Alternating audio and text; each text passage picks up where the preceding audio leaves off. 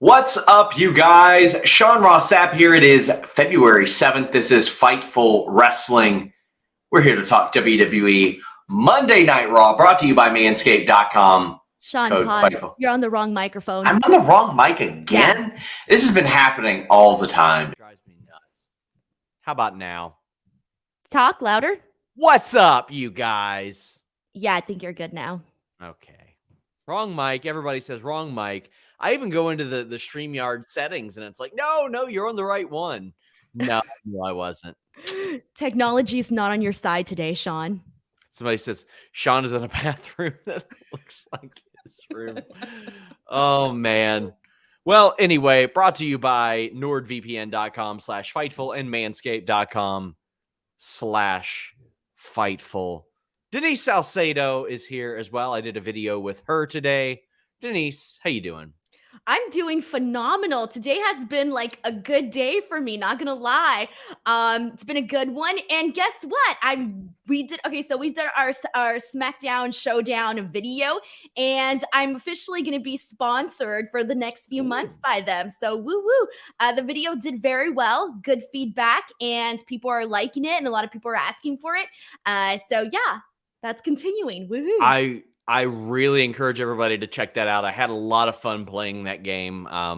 So yeah, I'm very excited to see that continue and hope I get to be on another one in the future. You have to be, Sean. You're the champion. You have to come back. You're spoiling it. You're spoiling it. I forgot. Sorry. Denise Select right here. Oh, man.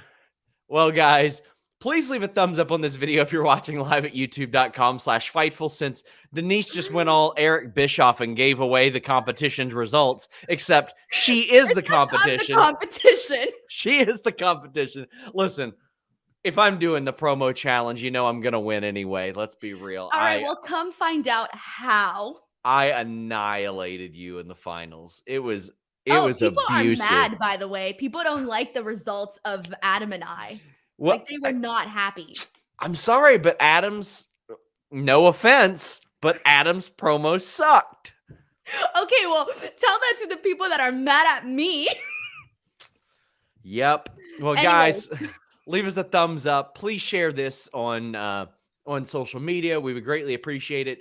If you want your question or statement read on the air, donate a super chat below. It's a little $sign, or you can go to humperchats.com. That's what we prefer. If you say, what the heck is a humper chat? Well, it's our Streamlabs PayPal platform. So make sure you guys do that. It lets us keep a little bit more of that money. And here's the thing. If you are listening on one of the many podcast platforms that we are on right now, Spotify, iTunes, iHeartRadio, any number of those things, you can leave your chats before the show, after the show, etc., and we will get to them whenever the next show happens.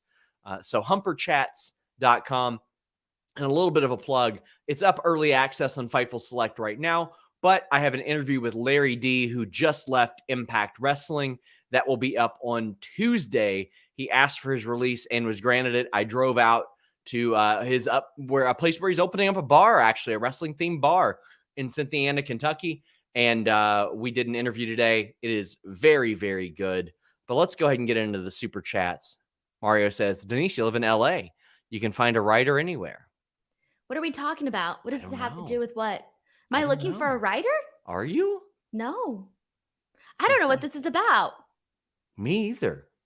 But Williams says, Sean, are you ready to party on this post show? A few people will get that. Oh, okay. Sorry. I'm still thinking. Mike Preventer 2 says, is welcome to slam the door in the face of their former company a reference to a company that's open for business, meaning to imply it could be Ali and Tony Khan is willing to fight the contract. I would be shocked if Mustafa Ali was the guy on Wednesday. I posted on Fightful Select who talent are speculating it is, but talent do not know right now. Okay, so I'm just going to play devil's advocate here just for like a quick second. But can you imagine what a flex it would be if it was Mustafa Ali? And the only reason I say that is because Well, chances are that would lead to a lawsuit, correct, Sean? Like there would Correct. be a lawsuit. 100%. All right. But let's be real. How much money does Tony Khan and the Khan family have? It would be kind of a flex, I think, to be like, here, well, you're going to sue us. Here's the money. We don't care. He's Just talking thinking about it. He's talking about a writer for your crappy promos. Okay, first of all, I have no promo experience whatsoever, all right? And I had to think on the fly, and I tend to panic in situations. They were improv promos at that. That would be tough. Yeah. So I think it's easy until it's their turn. Yeah. Nerd Guru says, Sean, I got this major scoop. The Bengals are in the Super Bowl on Sunday. I don't think you've heard. That is news to me. Did you hear about that, Denise? No. Had no idea. Mm.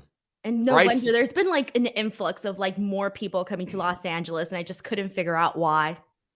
Bryson says, howdy, Sean and Denise. Well, howdy, my friend. Randy says, hi, Sean and Denise. What's your favorite Elimination Chamber match? Also, wish they would bring back the old cage. I'm partial to the first one, Denise. I was about to say that, yeah. It was the first pay-per-view I ever ordered, like, live as it happened, so. What do you mean? That's the first pay-per-view I got to watch, like live on pay-per-view, like, that I ordered without, like, watching it on DVD or VHS or anything like that. Like, I actually watched it as it happened. So prior to that, you were watching the pay-per-views on DVD? If I was watching them at all, yeah. What? We did, like, out here, like, if you had standard cable, you didn't have the ability to order pay-per-view. You had to have satellite, DirecTV, or Dish Network, and we didn't have that. Shut up. I had no idea. That's pretty freaking crazy. Yep. And I had to see the Elimination Chamber, so I actually went to my grandmother's house because she had DirecTV, and I ordered it, yeah. Wow, you learn something new every day. Sentimental. I was going to say the first one because I remember like being such a like fangirl during that period. And I always have the same memory. I remember the promo video that they did where Eric Bischoff's like, talking about like all like the little details. 10 miles of chain. Yeah, tons of I don't know what. And I remember watching it and thinking, oh my God, this is such a big deal. They're going to die in there. Yeah. So like I always remember that. And it was such a good time. And just the concept, I was so blown away by it. So I think for me, it was also the first one too. People are speculating Keith Lee, Jeff Hardy on Dynamite. FightfulSelect.com has the answer to at least some of that. Nerd Guru says, I thought Raw was damn good, far better than SmackDown. The Becky Lita segment ruled. The matches were good. Booking questionable, otherwise a good show. I completely disagree. I thought this was a totally missable show. I think if you didn't watch this show whatsoever, you didn't miss a thing. There were a couple of entertaining moments, but I thought this show was completely missable, Denise. I was on autopilot, I think, watching tonight's show. There were some things that I enjoyed. There was some good wrestling in there. I will say that. Yes. I just think there was nothing in this show that, like you said, everything was missable. There wasn't anything where you're like, oh, shoot, like you missed this. Like, damn, you should have watched Raw because you really missed out on this. I can't think of one segment where I could say like, oh, go back and really watch the show. It was kind of the entire time I was on autopilot. Chad asked how you're feeling after that 40-yard dash. Okay, so like, I kid you not, afterwards, my heart was pounding. I started like questioning myself. And then that night, my like calves were hurting. And then the next morning I woke up and my thighs felt like 100 pounds each. Denise, we gotta have a foot race in either Orlando or Dallas. Yeah, I know. I honestly, I think I can beat you, Sean. I was thinking of my strengths and like yours, and I feel like I can beat you. I know all your problems. Like I know that I can beat you. I have like this, like I think I can beat you. Yes. Okay. I'll let you feel that way. I'm confident in that. I'm very, very confident in that. I'm gonna let you feel that way, and I'm gonna pack a pair of running shoes. Really? Hey, well, you saw me. I was just there training. We'll see. Oh, by the way, hold on. One thing. I had some bomb ass nachos at the freaking convention center. They were the best nachos I have had in a very long time. Okay. Gotta be better than Daly's place. But they weren't the ones it was like a specific booth though, like a one-time thing. It wasn't like directly with the convention center, but they were amazing. KE775 says, can't see it being Ali. Chances are the Khans are about to battle Urban Meyer to not pay him. Who do you think the sixth member of the chamber is? Bliss or Asuka? I think Bliss maybe, because they had filmed, I know, at least 9 of those segments, and I don't know if them doubling up on those segments, which let's go ahead and talk about it. Alexa is like, they were talking about the replica Lily and all that stuff.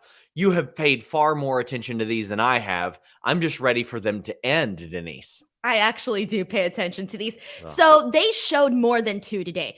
So we got the first one where basically the therapist is reiterating that, hey, this Lily is a replica. You should not feel any sort of attachment to this. And she's like crying and all of this. Okay.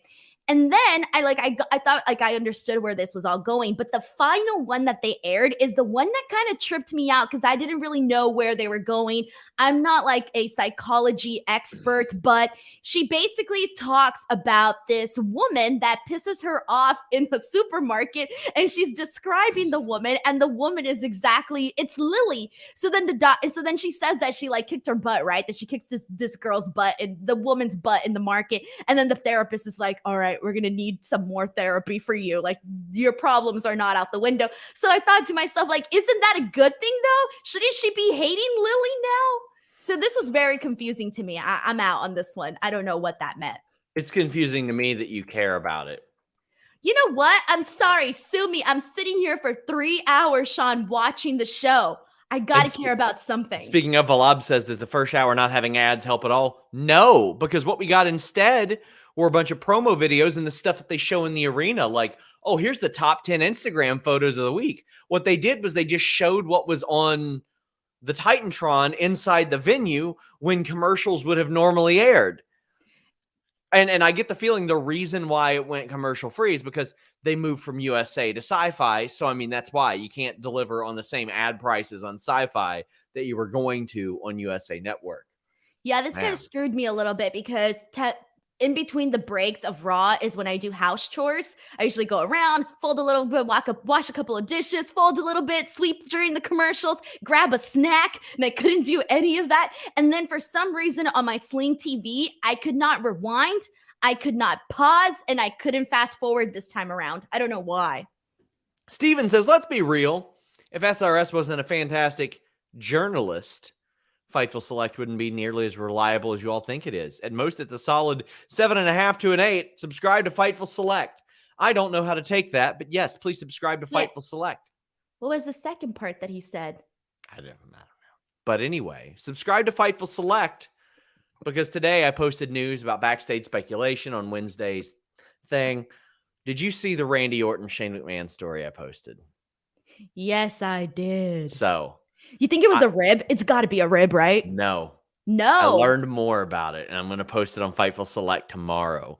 So on the article, I posted that when Shane McMahon's music hit, and he was supposed to go, or when Randy Orton was supposed to come out, that Randy Orton made a pretty clear verbal cue that he wasn't going to go out to Shane McMahon's music.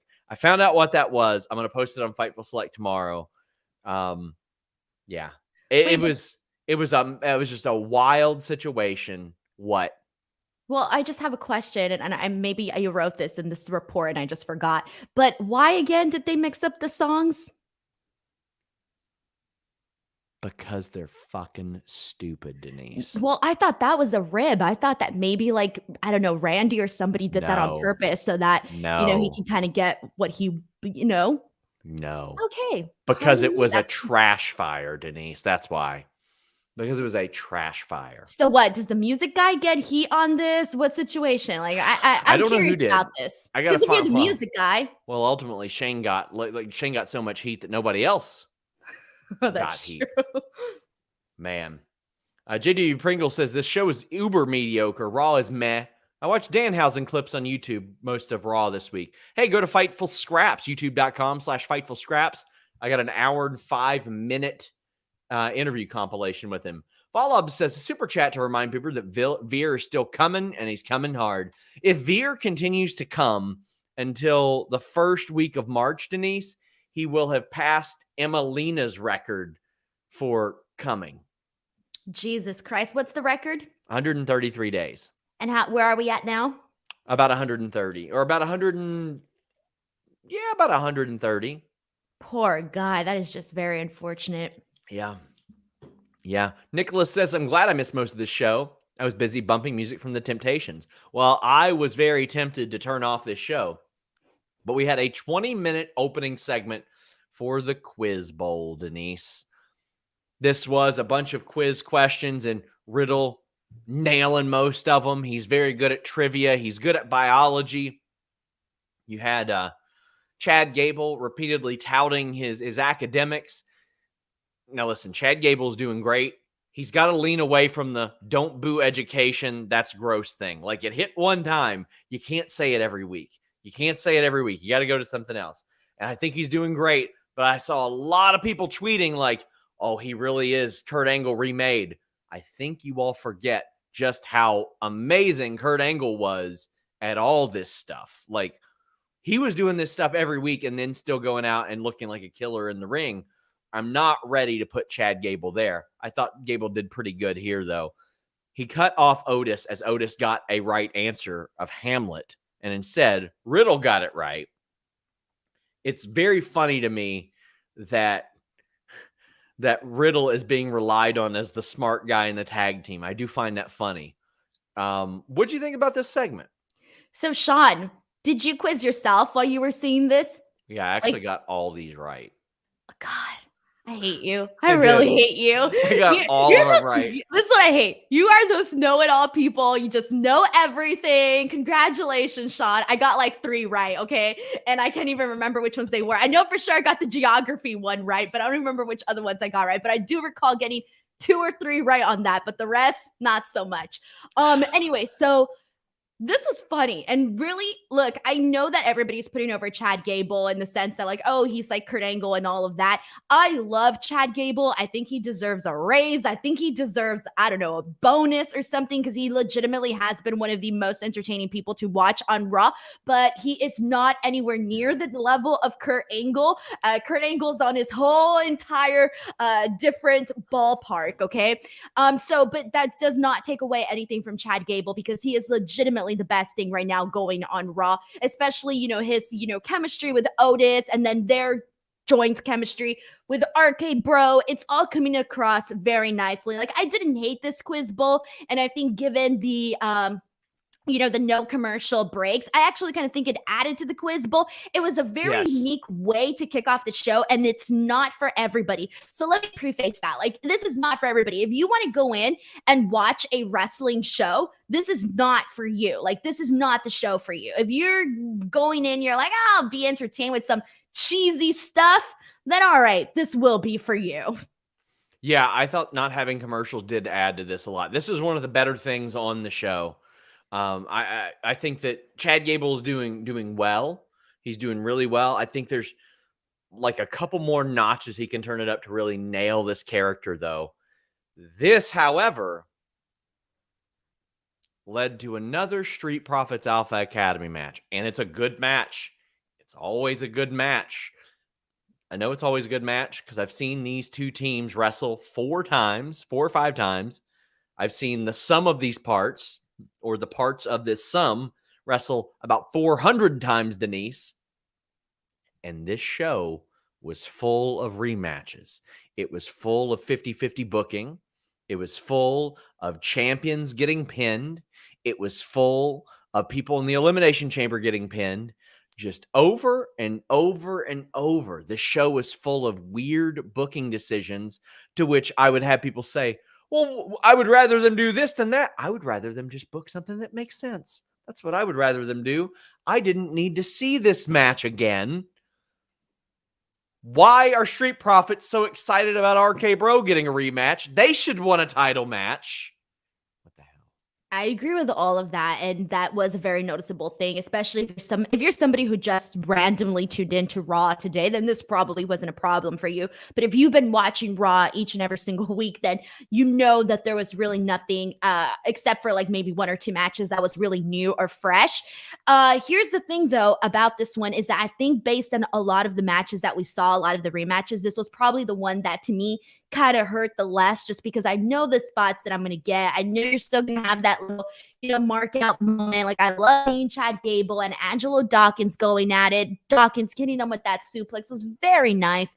That's always fun to see. Obviously, Ford doing his new little, Superman thing over the ropes. That's great. That's fun. All of that's good. But other than that, I really feel like they've dropped the ball on Street Profits. Street Profits are so cool. They started out so cool, and somehow along the way, they became the team that has the same match 100 times over. And when they're done there, they go to another team and have another 100 matches, and then go to another team and have the same 100 matches. So I feel like I get tricked into liking every single one of them because of that Tope con Hilo. Every single time Montez does it, I go, wow, that's good. This match was good, even though I've seen it 100 times.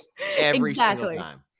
Exactly. Kenjiro says, evening, you two. Did you see we're getting Cara Noir and Swerve and Cara Dragunov 4 at Progress? Veer won't be the only one coming. I binge watch usually when I watch Progress, so I haven't caught up on this on the most recent stuff. I saw the announcement, though, that Ilya Dragunov is coming. So hopefully we all will be, so to speak. Bobby Lashley took on, or didn't take on anybody. He came out and did a promo with MVP, and I thought this was another great thing on Raw tonight as well. One of the better parts. MVP can talk his ass off. Bobby Lashley's getting the hometown reaction, and he got a great ovation. And what I like, Denise, is they didn't try to heal the crowd with Bobby Lashley being the hometown guy. I hate when they do that all the time, and they're like, here's the hometown boy, Bobby Lashley, and your town sucks really bad. I hate when they do that. I'm glad that Bobby Lashley embraced where he was from, because he seemed like a megastar based on that reaction. He needed this. He really needed this. The last few weeks for Bobby Lashley have not been great. And I think he needed something to say. He needed to remind the people like, hey, he's not your regular Joe Schmo. Like, this guy's a legit, badass and all of that. But it's just, I feel bad though for Bobby Lashley, because all his confrontations, all of his moments with Brock Lesnar's been the one to come up, the rising star in all of it. Not rising star, but he's been the star in all of this, right? And Bobby Lashley has kind of looked like really bad next to him. But I did think that today he had a lot of really good lines where he basically, there was a moment where he said like, I'm not going to be locked in a chamber with Brock Lesnar. Brock Lesnar's going to be locked in a chamber with me. And I was like, all right, cool. Like, it gives you a little something. But I'm like, yeah, but poor Bobby Lashley's all talk when Brock Lesnar's not there. When Brock Lesnar's there, they give him like 0 lines and like 0 moments to actually shine. So he really needed today. This did go a little bit tad too long for my liking, but regardless, it was fine. I thought it was effective. I thought it was a great way to get Bobby Lashley a mega reaction. It was simple. It was effective. It was good. It was the exact opposite of the Reggie Dana segment. What in the shitting ball butts was this? This was some of the worst dialogue, some of the worst acting. Dana is like, oh, you're such a good friend. Thank you so much for helping me. And then kisses Reggie on the cheek. Now, this is scripted reality. I did an interview with Dana Brooke a couple of years ago, maybe last year. Her MMA fighter boyfriend, who set like a record in BKFC for knockouts. So, you know what? I'm willing to let that slide. Who cares? It's a TV show, whatever. But then they make an awkward friend zone segment even more awkward. And like, they look at each other and they're like, what the fuck? What is this? This has been cheesy from the start, Sean. From the very beginning, it had cheesy Christmas Netflix vibes. It started in December. Yes. And I said it right from the beginning. They're going with the corny stuff here. Like, that's what they've been doing with Reggie. Remember when he was having this supposed love affair with Nia Jax? Like, whatever happened to that? Like, one minute he's getting spanked in the butt. Listen, I think maybe word has made its way around the locker room that Reggie, the character, not the person, Reggie, the character, has big nasty pubes, Denise. I think that's what's going on. I think everybody heard that Reggie is dealing with some big nasty pubes. Roses are red, violets are blue. Don't let a wild pube wreck you. Valentine's Day is just around the corner, and our sponsors at Manscaped are here for you with the best tools to get your balls ready for the special occasion. This V-Day, it's time to join the 4 million men worldwide who trust Manscaped when you go to manscaped.com and use the code FIGHTFUL for 20% off plus free shipping. Clean balls are important, especially this Valentine's Day. It's going to be after the Super Bowl, but before Raw. Man, you want to make sure that when you fit it in, it's at its peak performance. And the Performance Package 4.0 from Manscaped is the thing that every guy needs in their life to make every day a little bit more special. It's got that Lawnmower 4.0 with the advanced skin-safe technology to reduce cuts and nicks on your delicate balls. You don't want Cupid shooting an arrow through your nutsack, and Manscaped helps reduce those nicks and cuts. It's waterproof. It has a 4000K LED spotlight. It's good stuff. So is that Weed Whacker nose and ear hair trimmer. You've got the anti-chafing boxer briefs, the free shed travel bag as well. I'm like stumbling over my words. I'm so excited to tell you guys about all this. The Manscaped Refined Cologne. It's for yourself, not your balls. But you know what? If you want some ball toner, they got it. If you want some ball deodorant, they got it. The Crop Reviver, the Crop Preserver. My God. How can you pass it up? 20% off and free shipping with the code FIGHTFUL at manscaped.com. 20% off plus free shipping at manscaped.com. It's good stuff, guys. Do you think that's why? Do I think what? Do you think that's why Dana only wants to be friends with Reggie? Yeah, I mean, nobody wants like puby balls. See, I wish I would have known this before I interviewed Reggie in St. Louis. I don't know what to say. I don't know where to go from here. It's embarrassing for him, right? Well, it's embarrassing for him. Yeah, it is embarrassing. Shave your balls and that's it. You won't be friend zoned anymore. But I knew that this was the direction that they were going with. I just didn't know if they were going to actually like do something with them, as in like make them actually have like this corny relationship, or I didn't expect the friend zone stuff. Actually, that did come out of nowhere for me. Like I thought like, okay, if they're going to do something, sure, Dana's going to fall in love with Reggie and it's all going to work out. That's what I was expecting. But no, they did the friend zone stuff. Poor guy. Bless his heart.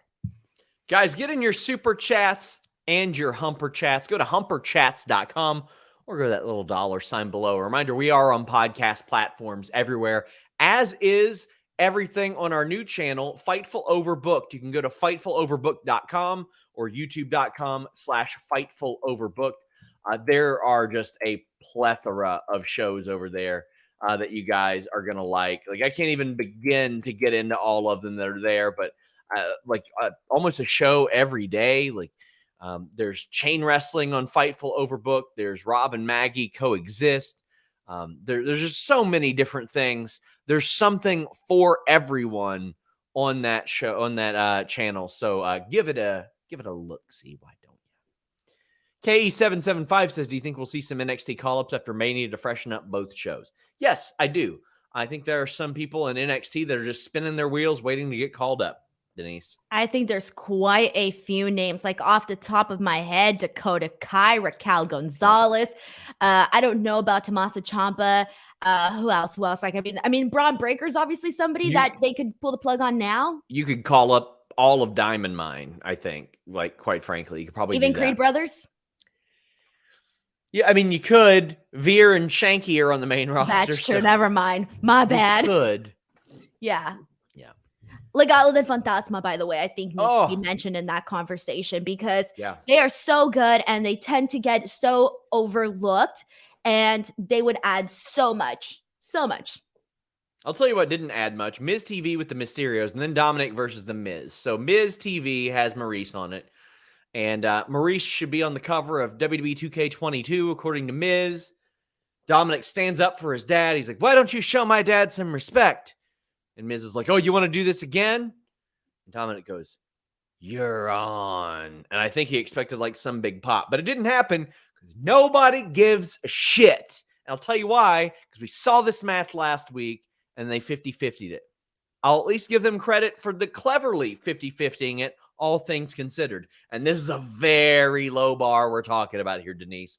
Last week, Miz got the win because he pretended that Ray grabbed his leg and got Ray ejected.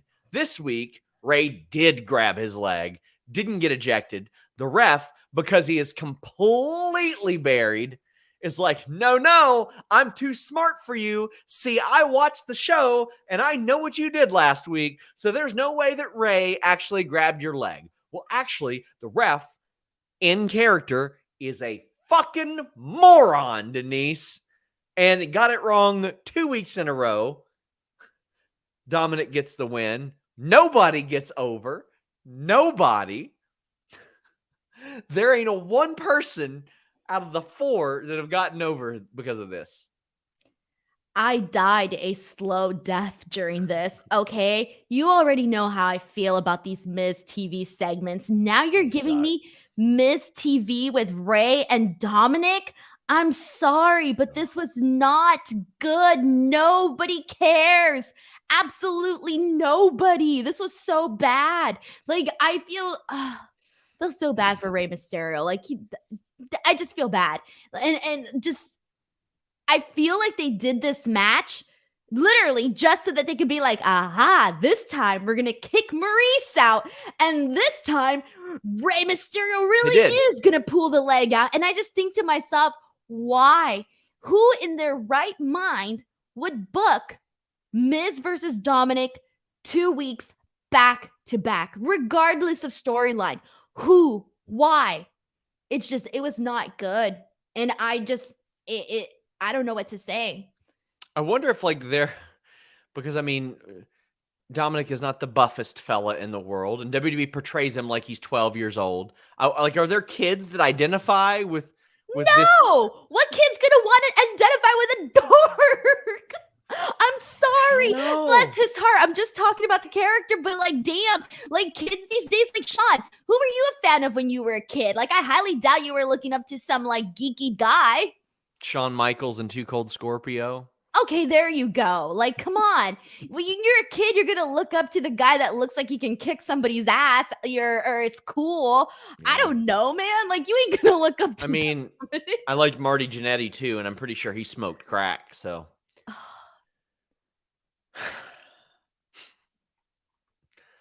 Nikki ASH versus Bianca Belair. Nikki ASH is in the women's elimination chamber. I like that they're doing a top contender match for the elimination chamber, but only 5 women are announced. Nikki ASH is among them. She gets beat by Bianca Belair. This is a good match. However, there's a spot that I loathe, Denise, and I don't know if it's on the producer or the commentators or what. They talked about how Nikki ASH had turned into a bully, Denise. Now, I haven't released this interview yet, but I also talked to Nikki ASH about being a bully and about how you are also a bully. And of course, she said that she likes you because you're both bullies. Anyway, all Nikki did here, I'm siding with Nikki here, Denise.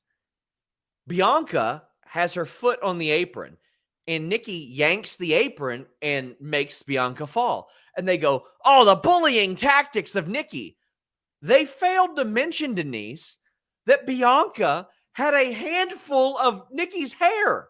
That is illegal. She did it from inside the ring, reached to the outside. Like, she grabbed Nikki's hair like 3 or 4 times. They didn't say a thing about Bianca Belair almost ripping the hair from Nikki's scalp. But as soon as Nikki does a completely legal thing and pulls the apron. They go, the bullying tactics of Nikki.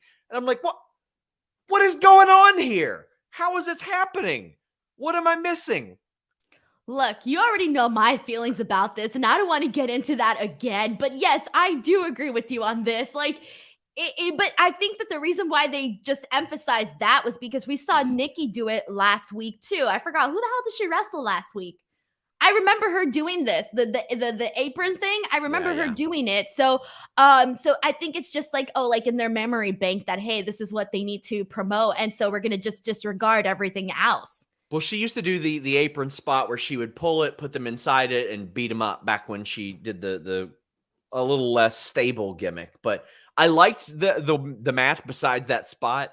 Bianca Belair continues to be strong. She's going to win this chamber match. You want to know why they said that Nikki was the bully in this? Because there was this one moment, which I really loved, where the camera zoomed in on Nikki and she looks up and she's like, argh. She just gives like this really mean face. That's why, because she's the one making mean faces. I got somebody saying SRS heels are supposed to be bullies. Buddy, did you not listen to me? Bianca was grabbing her by the hair. Bianca was the bully in this situation. Bianca wins with a KOD. It looked really good. You could argue that, though. Can you? Maybe you can say that she was the one that, like, self-defense. Yeah. Oh, what? Bianca or Nikki? Bianca? No. Bianca, like, Nikki had rolled outside the ring. Bianca leans outside the ring and grabs Nikki by her hair. Like, she's trying to drag her back in by her hair. Illegal all around. My God. But again, these two have really good chemistry in the ring together. There are a lot of these matches, though, like this and Rollins Riddle later. It's like they could. I'm glad that some of these are on Raw for a first time, but it's like some of these matches, Riddle, Rollins, especially later, I feel like they could have done that on pay-per-view for the first time, and it would have got a little bit of interest. This one, maybe not so much, but I think this one kind of left me wanting to see more of Nikki and Bianca, just not this Nikki that we're getting, though. A different version of Nikki, like Nikki Cross and Bianca would have been like something that I would have been like hot for. This maybe not so much, just because we know what we're supposed to expect from Nikki ASH here, and it just doesn't really feel true to who she might be. So for me, it's like I like the match, good, both good performers. I prefer to see Bianca in these types of matches versus Bianca and Carmella, Bianca and Queen Zelina. Like those kill me a little bit. This for me felt a little bit more like this is the type of opponent that Bianca Belair should be having. And if somebody in the chamber match is going to get beaten, I'm okay with it being Bianca doing the pinning here, because Bianca should be protected heavily. She's going to win this match.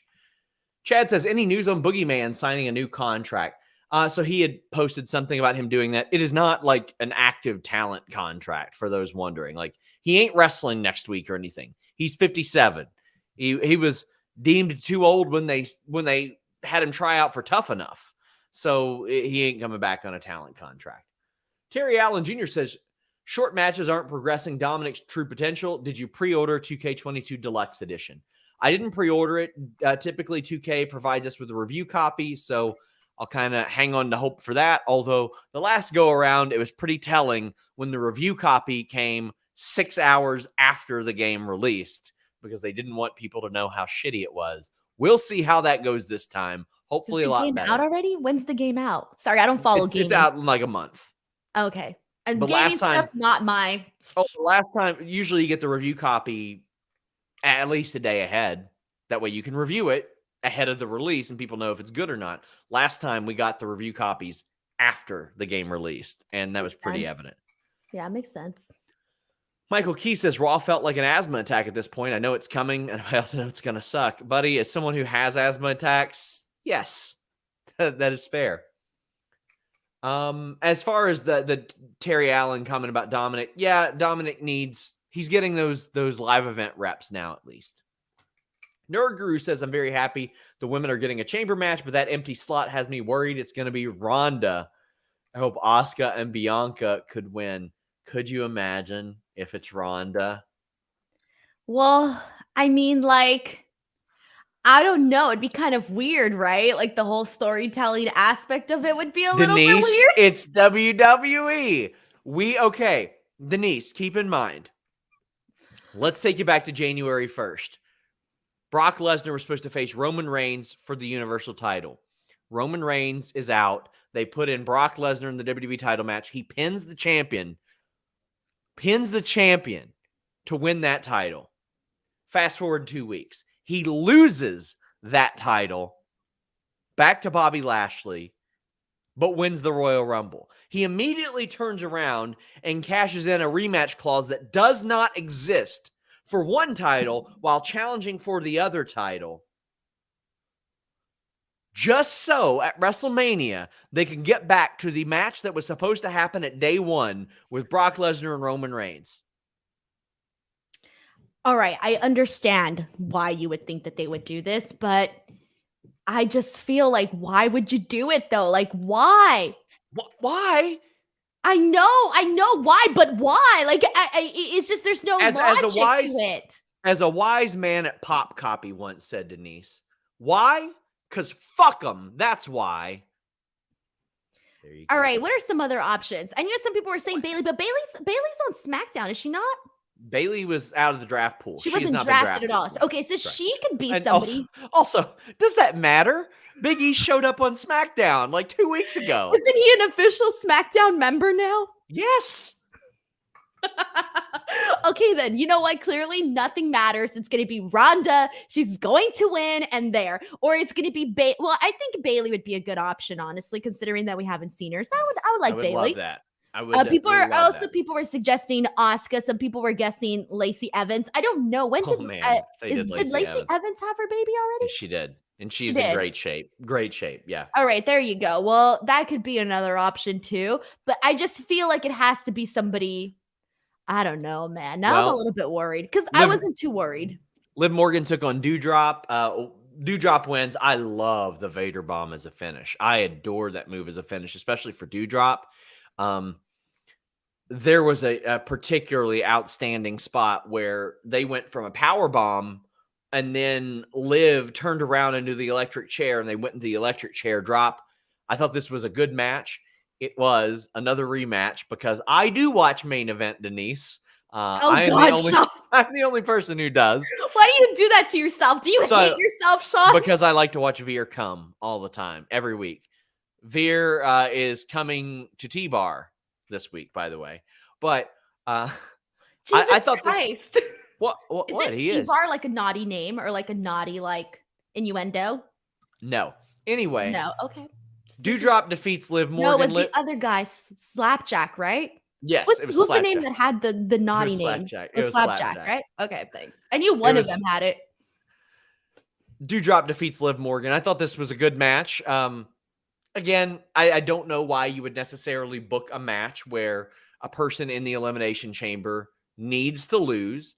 I think, and people say, oh, well, what else would you have done? I don't know. Book them against somebody else. Who else is on that roster? You can figure something out. Yeah. Tamina could lose here.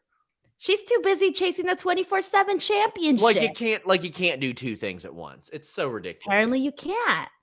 Well, let me see who's in this Elimination Chamber. For the women. Okay. Carmella and Zelina aren't in it, but they're keeping them strong for whatever reason. I don't know, but they are. They keep winning matches. They have screwed up this women's division so bad. Who else is left? That's it. I mean, Beth, technically. Beth is there. Yeah, but she's off doing her hubby stuff. Dana is a champion, so you probably shouldn't have her losing, but yeah, but it's the 24/7 championship, and she's just been running away and having romances with Reggie that turn into friend zones. Like, I would rather them have like Cameron show up and get squashed by Doudrop or something than just have Liv Morgan do it, and then have Liv Morgan beat somebody too. Have them both go into the show with wins. It's just, I don't know. It is slim pickings. To me, it's because they render everything so pointless that so many things are apathetic seeming to me. Like, because we know that this match doesn't mean anything. Perfect evidence. Let's go ahead and talk about it. Kevin Owens defeats Austin Theory tonight. Austin Theory beat Kevin Owens last week. This match was real good tonight. Kevin Owens does the old Green Bay plunge, which is the rolling Samoan off the second rope. It got an insane reaction. A move that Mr. Kennedy used to do every week 15 years ago. Got an amazing reaction in Denver. They loved it. And then Owens wins with a stunner. And we're told by Sonya backstage, well, it doesn't matter if you won into the Elimination Chamber because those are final. You know, as they probably should be. But like, why was this rematch booked to begin with? Despite it being an outstanding match, like why was there a need for this rematch, Denise? Also, why is it that nobody can be replaced in the chamber, but people were being replaced left and right in the Survivor Series teams for like no reasons? Some of those were like no reasons. Like I don't really remember those reasons. There were no reasons. Exactly. That's what I'm saying. So technically, that doesn't make sense. Like, why can't you technically in storyline replace somebody in the Elimination Chamber? But kind of going back to this though, the Kevin Owens Austin Theory match last week was really good too. I think like this one was just the exact same thing, but it kind of goes back to your point where it's like, well, why do I care? I already know, like, nothing's gonna come out of this. Like, yeah, it's cool seeing Kevin Owens do all of his, his hits on Austin Theory. That's all fine and dandy. But then you have him win. Really nice win, by the way. Explosive finish. Loved it. But again, it's 50-50 booking. Why the hell do I care? I already don't care about Austin Theory. I already know that there's a ceiling for Kevin Owens on the WWE roster. And I hate to say that because I freaking love Kevin Owens. But based on what we've seen, there is a ceiling for Kevin Owens. And so for me, right off the bat, I'm thinking, I don't care. Also, you forgot to mention we did get like a non-speaking Austin Theory, Vince McMahon little interaction. I completely missed it. Oh, they were just looking at each other and like talking, but we couldn't hear anything. And it was only like a couple seconds long. So there was no like verbiage, nothing.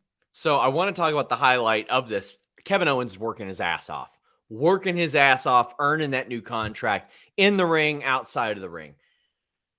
He goes up to Rollins and he's like, hey, I'm not in there, but maybe you can help me out a little bit.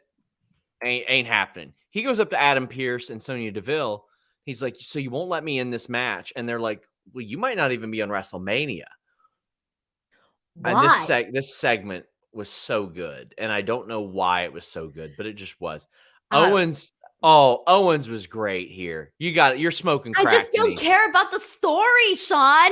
Denise. Why can't he be on WrestleMania? Why? Give me a concrete answer. He's got to be at WrestleMania because he is the most dominant cowboy in all of wrestling, Denise. The people of Dallas need him. The people of Dallas love him. Deep in the heart of Texas, might as well be deep in the heart of Kevin Owens. He's had so many special moments there. Like Kevin Owens, I swear, is working himself into being a hometown boy in Texas somehow. He's going to get a monster pop when he shows up at WrestleMania. William Rabb says Mania will be RK-Bro versus Seth KO for the tag titles. Well, I wouldn't mind that. That'd actually be pretty exciting, I think. Well, we saw the damn match already. How about that? Because it'd be another rematch. But an actual like match though, not a Raw match. I loved Owens here. You didn't like this? No, I didn't care. I'll be honest. Everything with Adam and Sonya, they tune me out. It's because they've done such like dumb decisions. I can't get behind them as a general, whatever the hell they are, authority figures. I can't get behind them. I'm sorry. So every time they do, like, it just doesn't work for me. I'm sorry. This was not it. I liked it a lot. KE775 says, do you think there will be a women's tag team program for Mania? Yeah, I do. I think there will be. I think they've got some people to dip into. The Bellas, if they come back for the Rumble, I think they'll come back for Mania. I hope they do. Do. Nerd Guru says, I don't think it's Rhonda if Meltzer's comments are true that she doesn't want to be there, so there's no way she's going to Saudi. And if she does, this company, man. Money changes a lot of things for a lot of people, so you never know. Jackson says, Io Shirai never gets mentioned for a call-up, so I think her greatness has been forgotten by the fans as much as that has been by her employer. I think she can get the heck out of WWE and go somewhere she'd be appreciated. Well, I think if she wanted to get out of WWE, she probably could. WWE has been traditionally more lenient with people who are not from here, quite frankly, and their desires to leave. that's interesting. Based on what we've seen from her on NXT, the treatment of her, like the storyline wise, she, like, when you think of like, oh, who do you want to go see, go up to the main roster, a lot of the names that you think of are like Dakota Kai and Raquel Gonzalez.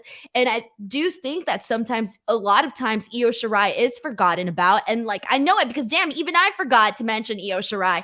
So guilty there. And it's like, yeah, she should be on the main roster. Can you imagine like how much more excitement she would add, like, to so much? Like, I would rather, like, Jesus, like, there's so many different options there that I don't understand why she's just, floating around on NXT doing nothing of importance when she could literally be having a match against Bianca Belair on Raw to give Bianca a win. Shit, I'll take that. Michael Keys asked why you hate Kevin Owens. When did I say I hate Kevin Owens? You just do. Guys, we are heading down the home stretch. Get in your super chats and your humper chats. I don't hate Kevin Owens. Wow. Yeah, I don't hate Kevin Owens. Ever the Villain says, I'm your manager, B. Your job's done. And Vasily says, this is for the wonderful Chappelle reference. Shout out to those of you who knew it. AJ Styles defeated Damian Priest. Since Damian Priest, Chad Zuver says, what happened to the Priest and Owens story? I don't know. You tell me. They gave Priest this new gimmick, which is leading to a heel turn, I believe. And it's him not being able to control his demons. Well, Denise, he can't control not being able to look at the goddamn lights right now because after they protected him for 10 months, they've had him lose 4 straight Raw matches, Denise. And look like a dork on Royal Rumble. 4 straight. They didn't have him interact with Bad Bunny at all during the Rumble. I don't know what the hell they're doing. Like, I am confident that whatever they're doing, maybe a Priest heel turn would help, but they make heels look like geeks all the time. They make their champion lose all the time. If it's going to be to somebody, okay, good. AJ Styles, the match was too short. The finish was great. I loved the finish. They hit that perfect. But Braun Wagner says, what did they do to my boy Priest? He went from being protected to taking clean pinfalls over and over and over. Not being able to control his emotions for countouts and DQs and getting pinned this week, getting pinned that week. What the hell is the point? Why has he got that title belt on him if he's eating all these L's? When you were talking earlier about the women's match not necessarily having to happen or like putting somebody else in that spot, I felt the same way about this match. I'm like, okay, you got AJ Styles is going to be in the chamber. Great. He deserves a win. Cool. Damian Priest, who is your champion, and unfortunately has been a forgettable champion because of the way that they've been booking him and just like everything that's been surrounding that whole storyline. It's like this match didn't necessarily need to happen, and we are getting, the rematch for the title next week. So I'm like, I guess. By the way, I don't recall, did they call this a number 1 contenders match by any chance? They did not. It is because it's a championship contenders match, and that doesn't mean anything. So wait, did they call it a championships contenders match? Yes, absolutely. Okay, thank you. I forgot. I missed that part. All that is, to reiterate, is a non-title match. It is not a top contender match. It doesn't put you in line for a title match.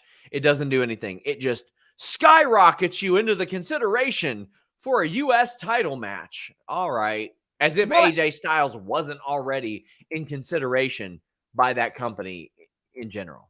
Well, I will say this, at least they're finally honoring it. How many times have we seen championship contenders match that don't lead to anything? At least this time, we're getting an actual championship match that came out of this. So that's one bright side to look at, right? Well, Kevin Owens defeated Damian Priest clean as a sheet less than a month ago in a contenders match, then beat him in a title match, but it was by DQ. Then they just never ran it back. Like, if you're Kevin Owens, you're just like, meh, whatever. Key says, in my experience, the heel's usually the Priest, not the Damian. Very clever. Cadillac Carson says there are a handful of people not being used on TV, any which could have wrestled to be pinned instead of pinning champions or chamber participants. Exactly. When they say, oh, what would you have rather them done? I don't know. Book something else. Book something else. Abel says, Sean, whatever happened to Xia Li? She is on SmackDown right now. She is about to work Natalia, I think, this week. Becky Lynch and Lita. Boy, Becky Lynch is a better promo than Lita. But this segment, I thought, was pretty solid. It did a couple of things that instilled some confidence in me for Elimination Chamber. I mentioned last week, can she do a moonsault? Yes, she can do a moonsault, which we saw here. We know she can do a Lita Kanrana because she's done it. She does the Twist of Fate. So to me, you got those 3 moves. You can work around those 3 big spots. Those are 3 near falls right there in their match. Becky can do all of her offense. If Lita can do those moves, she can take the manhandle slam. She can take the disarmor and all that stuff. To me, you can get a good 6 to 10 minute match out of Lita with what we saw. But Becky Lynch sold that Twist of Fate really well, as Nerd Guru says, but she killed Lita in the promo, I thought. She definitely carried the promo 100%. Becky made this promo. But it's weird because it kind of fits, though, because Lita kind of came across as, just like, okay, I'm back. This feels good. Obviously, she's the baby face. She's happy to be here and nothing more, right? It's just like she's just who she is. But then Becky came in and added more depth to the actual story, where she comes out and she basically says, I worshiped you when I was a teenager. And that's been one of the things that, commentary and everybody has been talking about, all the impact that Lita has done, how she basically carved out a path for, women and all of that good stuff, right? So it's a very easy story to say, all right, Becky's, was a fan of hers as a teenager. Great. And then she kind of adds more to this. She says, without Lita, there probably would be no Becky Lynch. But now that there's a Becky Lynch, there can't be a Lita. I absolutely loved that line from Becky Lynch. I thought she completely nailed it there in the sense of like, that makes perfect sense. And then on top of that, she added the whole like, do you have any idea how badly it hurt to have somebody that you looked up to try to take away everything that, like, the thing that means the most to you, which is, her championship bout? I loved it. Like, Becky Lynch did her part in adding to the story and making the story meaningful. And for me, like, I think this was probably the best that Becky Lynch could have done with this story. So I hope that, obviously, we got one more Raw until Elimination Chamber. I hope that we get another interaction. Hopefully we get a little bit more from Lita, promo wise. But if not, like, I do like basically how Becky kind of took the reins here. I thought this was a killer promo from Becky Lynch. Lita relied a lot on the all you people. It was all you people. Not big on that, but you know what? She showed me she could do a moonsault. She can hit her signature move. Lita was never a great promo. Like that was not what people remember. It was a lot like Jeff Hardy. Jeff Hardy was never a great promo. There was that intangible. Lita had it. She had something attractive about her from a personality standpoint, from a performer standpoint, and she's gonna be fine. She'll be fine. She's just effortlessly cool. That's the Lita thing. She's effortlessly cool, and she doesn't have to be like, oh, like, yo, hey, this is happening. She doesn't have to be. She can just go out. She can go out there and talk about all you people, and all you people like her. Yeah. Michael Key says Becky versus Step host Denise at Mania. Becky wins because she's like Christmas. She likes Christmas like a human. Well, I mean, that seems better suited for TLC. That's in December. Braun Wagner says, is Priest falling out of favor with Vinnie Mac? I mean, I don't know. I hope not, because Damian Priest is really, really good. R26 says, going to my first AEW show Wednesday, hyped for the big debut. I am too. I'm very interested because Tony Khan was very clearly excited on Friday, Denise, based on that tweet storm. He was very, very excited. But you know what excites me, Denise? What? Saving money. Yeah, that's a good thing. You know how you can save some money? How? You can subscribe to Netflix via an Argentina account. You pay like a few bucks. You can avoid buying UFC pay-per-views. You can subscribe to BT Sport instead. How do I do that? Well, you might say, Sean, I'm in the United States. I can't do that. To heck and gosh, I can't do that. Well, Denise, you can with nordvpn.com/fightful. And you can get 70% off your NordVPN plan plus 1 additional month for free by changing your virtual location with just 1 click. When I'm traveling, when I'm on that public Wi-Fi, whether it be airport, restaurant, hotel, like to protect myself, nordvpn.com/fightful does that. And it's the fastest VPN in the world. You can use it on up to 6 devices, phone, smart TV, iPad, your router, your laptop, your desktop, doesn't even matter. And you can access content from over 59 different countries by changing your virtual location with just 1 click. And by getting NordVPN and saving that money on those other services, it ends up paying for itself. You can't beat that. But maybe you say, Sean, I do want to beat it. I don't know if I want to take the risk. Well, there's no risk because you get your money back after 30 days if it's not for you. NordVPN.com/Fightful. I was so excited to join forces with NordVPN because they provide our viewers with value. You know what? I mean, you can even subscribe to Fightful Select for just $5 with this. Now, that's not going to save you any money over the normal, but at least you'll have a really kick-ass VPN, and you'll have Fightful Select as well. NordVPN.com/Fightful. You can also use that code Fightful at checkout. Sean, can I suggest something? I hope it's NordVPN.com/Fightful. Yes, that too. Also, the people like you. Why do you not put your own face during these ad reads? Because you're a celebrity, Denise. I'm going to Sean, milk you for all you're worth. Don't know what to do during these things. It's an immense amount of pressure. Yeah, but it's easier to do like balls. Have you ever watched Talladega Nights? VPN. You ever watched Talladega Nights? No, I haven't actually. You should really watch that. No, I'm not taking any more movie recommendations from you after that one. Okay, guys. I had to watch. Guys, put an F. Pie. Put an F in the chat if Denise needs to watch Talladega Nights. Nope. F in the chat, please. I'm done watching your movie recommendations, Sean. What's that one? Joe Dirt. It was great. Dirt. Yeah, Snakes Joe and Dirt. Sparklers, Denise. I took a whole day of my life to watch that. Like I could have done anything else. I'm not gonna watch Talladega Nights. Talladega. Or what is it called?